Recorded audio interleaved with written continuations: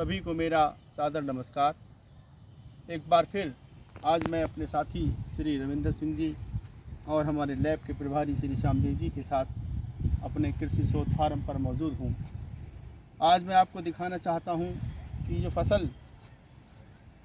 फसल जो आपको दिखाई दे रही है, यह प्राकृतिक गेहूं की फसल है। और ये मेरे दूसरे साइड में जो फसल आपके इधर खड़ी है, इस साइड में ये गेहूं की रासायनिक खेती की फसल है। रासायनिक खेती की फसल है। इस रासायनिक खेती की जो फसल हमने बुआई की थी और इस प्राकृतिक खेती की जो हमने बुआई की थी वो 15 नवंबर 2022 को की थी। और दोनों ही खेती में हमने HD 2967 गेहूं की प्रजाति को बोया था। दोनों फसल आपने देखी और आप एक बार पुनः मैं अपने साथी से अनुरोध करूंगा कि वो दोबारा से पूरे फील्ड को दिखाने की कृपा करें, आगे तक दिखा दें। ये जो आपको दिखाई दे रही है ये रासायन आधारित गेहूं की फसल है। और मेरे इधर दूसरी साइड में जो फसल मेरे बाएं हाथ की तरफ है, ये प्राकृतिक गेहूं की फसल है। आज हम तीनों साथियों ने इस गेहूं की खेती का अवलोकन किया और ये पाया कि प्राकृतिक खेती में किलो की संख्या 7 है, जबकि रासायन आधारित गेहूं की फसल की में किलो की संख्या 9 है। अब हमें ध्यान इस तरफ देना है कि हमने प्राकृतिक खेती जो गेहूं की हमारी फसल है, इसमें हमने किसी भी तरह के रासायनिक उर्वरक urea, DAP, potash, zinc sulphate, sulphur का प्रयोग नहीं किया है। और ना ही हमने किसी भी तरह के फसल सुरक्षा रसायन इंसेक्टिसाइड, फंजीसाइड, वीडीसाइड का प्रयोग किया है। ठीक इसके उलट ये रासायन आधारित गेहूं की फसल जो आपको दिखाई दे रही है, इसमें हमने रासायनिक उर्वरक urea, DAP, potash, zinc sulphate, sulphur का प्रयोग किया है। साथ ही हमने इसमें खरपतवार मारने के लिए वीडीसाइड का भी प्रयोग किया है। इंसेक्टिसाइड का प्रयोग नहीं किया गया है। अब इन दोनों फसलों का हम जब अवलोकन करते हैं, जैसे मैंने आपको पहले बताया कि प्राकृतिक खेती की फसल में किलो की संख्या 7 है, रासायन आधारित गेहूं की फसल में किलो की संख्या 9 है। लेकिन प्राकृतिक खेती गेहूं की फसल है, उसमें बाली का जो औसतन एवरेज है, एक बाली में दानों की संख्या 68 है। जबकि रासायन आधारित जो हमारे सामने गेहूं की फसल है, उसमें एक बाली में जो औसतन दानों की संख्या है वो 52 है। इससे हमें ये पता लगता है कि अगर हम इसका कॉस्ट ऑफ कल्टीवेशन निकालें, कृषि लागत निकालें, तो हमारी जो प्राकृतिक खेती है उसमें हमारी लागत बहुत कम है और जो रासायन आधारित खेती है उसमें कृषि उत्पादन लागत अधिक है।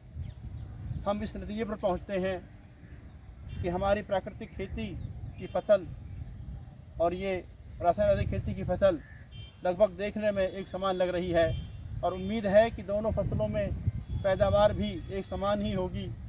सिर्फ अंतर इतना आएगा कि रासायन आधारित खेती फसल में हमारी कृषि उत्पादन लागत अधिक आएगी और प्राकृतिक खेती की गेहूं की फसल में कृषि उत्पादन लागत कम आएगी। इसके अलावा जो उत्पादन हमें प्राप्त होगा वो प्राकृतिक खेती में हमें बेहतर गुणवत्ता वाला प्राप्त होगा, जिसके खाने से हम रासायनिक नाना प्रकार की बीमारियों की चपेट में आने से बच जाएंगे। और इधर रासायन आधारित जो खेती फसल है, इसमें जो हमें उत्पादन प्राप्त होगा वह रसायन युक्त होगा, जिसके खाने से हम बीमार हो सकते हैं। इसके साथ साथ प्राकृतिक खेती की जो फसल है, जिस खेत में हमने बोई है, उसकी भूमि की उर्वरता में निरंतर वृद्धि होगी और रसायन आधारित जो खेत की फसल है उसकी भूमि में जो भूमि की उर्वरता है उसमें निरंतर गिरावट आएगी। इसके साथ साथ प्राकृतिक खेती वाले खेत में प्राकृतिक संसाधनों का संरक्षण बरकरार रहेगा, यानी कि पानी कम लगेगा, जैव विविधता बरकरार रहेगी। ठीक इसके उलट रासायन आधारित खेत में जैव विविधता हमारी कमज़ोर रहेगी और प्राकृतिक संसाधनों का भी क्षीण होगा, क्योंकि रासायन आधारित खेती में जो सिंचाई की संख्या है वो अधिक है, यानी अधिक पानी लगा है। और जो प्राकृतिक खेती गेहूँ की फसल है इसमें पानी कम लगा है, यानी कि इसमें हमें भूगर्भ जल की बचत हुई है।